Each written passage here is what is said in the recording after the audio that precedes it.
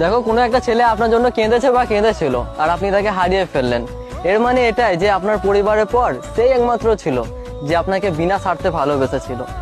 এরপর আপনাকে আর কেউ এরকম ভাবে ভালোবাসবে না। কেউ ভালোবাসতে গেলেই সেখানে কোনো না কোনো স্বার্থ অবশ্যই খুঁজবে। দেখো, মেয়েদের এক রাতের দায়িত্ব সবাই নিতে চায়, কিন্তু সারা জীবনের দায়িত্ব কেউ নিতে চায় না। একটা সময় পর মেয়েরা তো তার বাবা মার কাছেও বোঝা হয়ে যায়। আর সেই জায়গায় যদি কোনো ছেলে আপনাকে সত্যি মন থেকে ভালোবাসে, তোমার জন্য কান্না করে, রেসপেক্ট করে তোমাকে, তাহলে তার ভালোবাসাটাকে দাম দাও, তাকে গুরুত্ব দাও। আমি অনেক মেয়েকেই দেখেছি অনেক ছেলের জন্য কান্না করতে, কিন্তু আমি কখনোই দেখি নাই একটা ছেলেকে একটা মেয়ের জন্য কান্না করতে। খুব কম হয়।